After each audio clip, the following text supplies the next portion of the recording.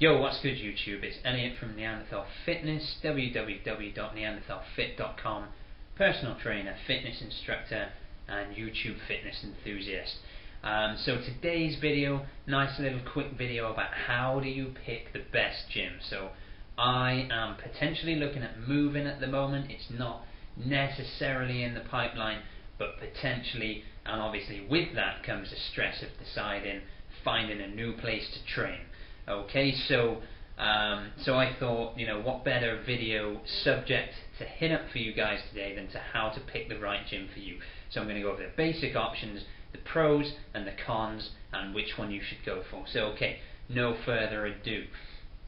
Okay, so option number one, this is to go to your big box gym. So what do I mean by a big box gym? Here in the UK, we have DW, we have Virgin Active, we have Ballantyne's, any of those big names that you probably have in your town. They will open the same gym everywhere.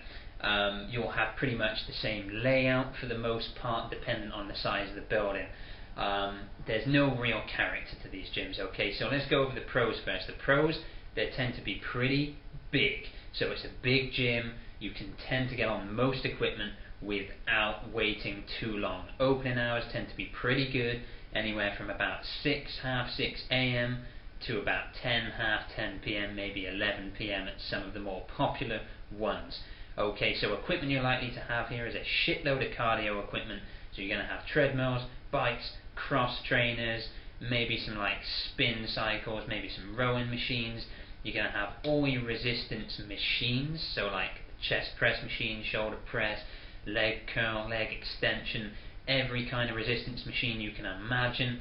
And you will probably have a selection of free weights. Some of the bigger ones, some of the better ones tend to have, a couple of barbell benches that you can use for bench press, maybe a squat rack or two pull-up stations. They've got a lot of standard basic equipment, which is great. Cons, they are busy, especially in January in the new year, have a huge influx of people, because for people who don't know about the fitness industry and don't know where they want to train, these seem like the obvious place to go. So it will be busy and it will be full of people who don't have a fucking clue what they're doing most of the time. Alright, so that can be a downside. The other negative is that they tend to be pretty expensive. You're looking, in my area currently, about £40, £30 to £40 per month is what you're going to expect to pay. One of the other benefits is you tend to have a pool, you tend to have hot tubs, so if you like to go for the social experience, maybe that's the place to go. And you have generally all the equipment you could use, so not a bad shout. Okay, it's a good mid-range gym to be in. Option number two, the second option, is that you go to a dungeon gym. So this is what you call either a hardcore or a dungeon gym. You will likely have 2 or 3 around your area, especially if you live in a city. Maybe just one if you live somewhere more outside of the outside of the big city. But if you have a big box gym, you probably have at least one dungeon gym. So con number one is they're harder to find. You probably haven't heard that much about them unless you've got some big bodybuilder friends or powerlifter friends who've told you. You might be able to search them out on Facebook, Google them, look around industrial estates. You will find they are there, hidden little gems. So yeah, con number one, difficult to find. Okay, con number two, if you don't really know what you're doing, or if you don't train balls to the wall, hard intensity all the time, you are not going to fit in there. And con number three is not necessarily a con in my opinion, but for some people, if you want cardio equipment, it's probably going to be pretty limited. Maybe one treadmill, maybe a couple of rowers. That's really about the extent of what you'll get. You're not going to have like a full-on cardio suite like you would in a big box gym, because most of these guys who train there don't believe in cardio as being a useful thing.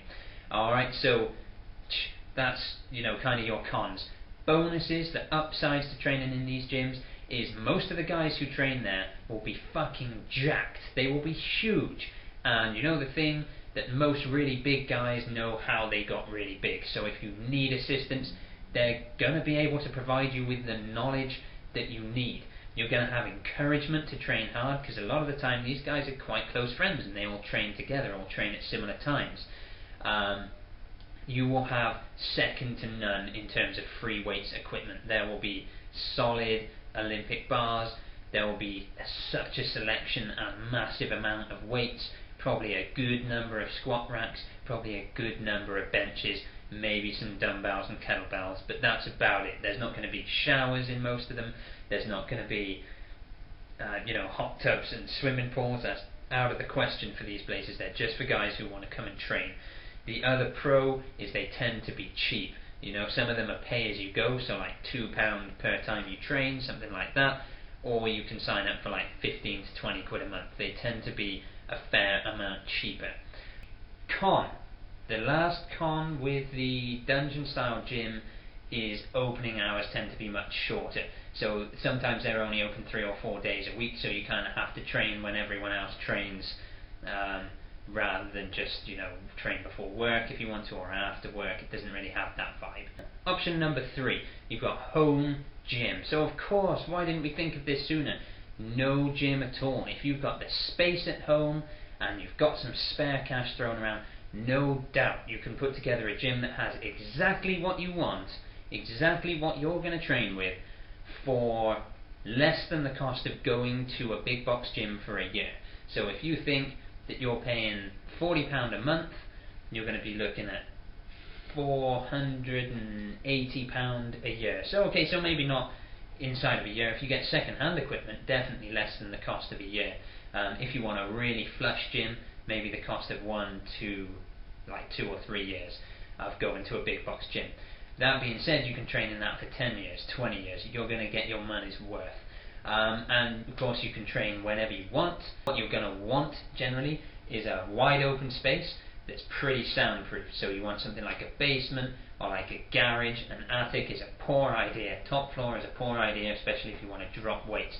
The basics that you're going to need is you're going to need a power rack.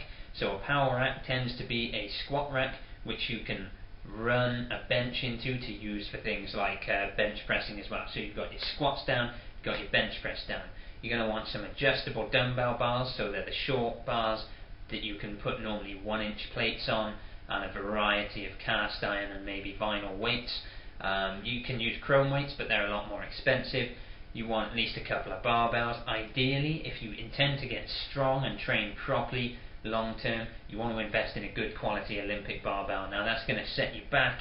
You're probably looking at about £300, £200 for a good solid Olympic barbell and about 200 kilos of weight. Having said that, unless you intend on becoming a strongman, you're not really going to go that far above 200 kilos, and you can always add a couple extra plates every month for about 20-30 quid, or every couple of months as and when you need to. So yeah, that's kind of your necessary. I would say from a really great gym for everything you could need, get either an exercise bike or a rower, like a good quality one. I say stay away from treadmills, because to get a good quality one you're looking at least £1,000, probably more. And frankly, you could go and run outside, but if you really do want a cardio element in there, get a rower or a decent exercise bike, either of which can be got for a couple of £100. Get a squat rack, get a bench, get adjustable dumbbells, adjustable Olympic barbells, and try and affix a pull-up bar somewhere if you can. That's really all you need. And a big ass stereo to pump some loud music, whatever you like to listen to when you work out. That's all you want, okay? Home gym, sorted. So what are the pros? The pros are you can have whatever you want in there. The other pro is you're never going to be waiting for equipment. The other pro is you can train whenever you want. Alright, there's an endless list of pros. The cons to it is a lot of people don't have space, because you do need adequate space to store all this stuff. A lot of people don't have, you might have £30 a month, but you might not have 700 quid up front to kit out your gym, or 400 quid, or whatever you want to spend. And the other con is probably if you want to do it for good value, you've got to look for second-hand stuff, so that can take time. And maybe if you've decided you want to start working out, you want to start now, so you can go sign up to that big box gym and you can be training tonight or training tomorrow rather than setting up the gym.